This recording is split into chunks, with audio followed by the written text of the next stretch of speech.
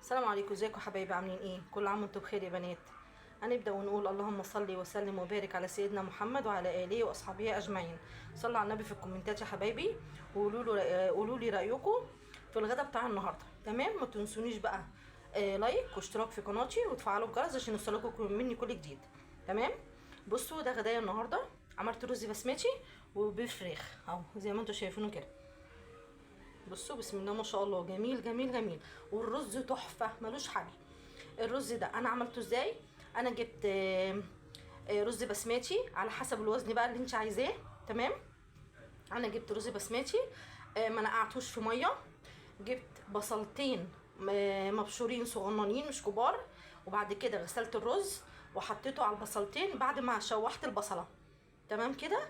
حطيته عليهم وحطيت عليهم. انا جبت فرخيه كبيره، قطعتها حوالي 9 أو 10 حتت صغننين. تمام؟ وحطيت جزء منها في الرز، وحطيت جزء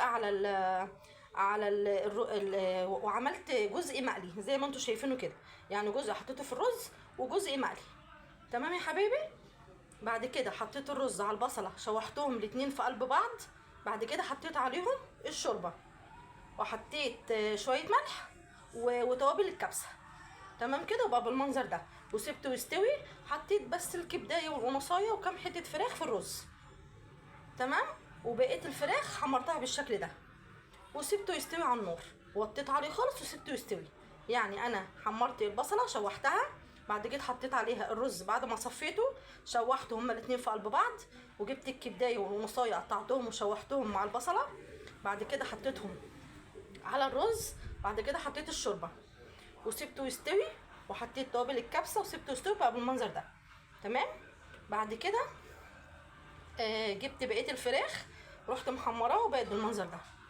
تمام يا حبايبي؟ اهو، وده غدانا النهارده. قولوا لي بقى رايكم ايه.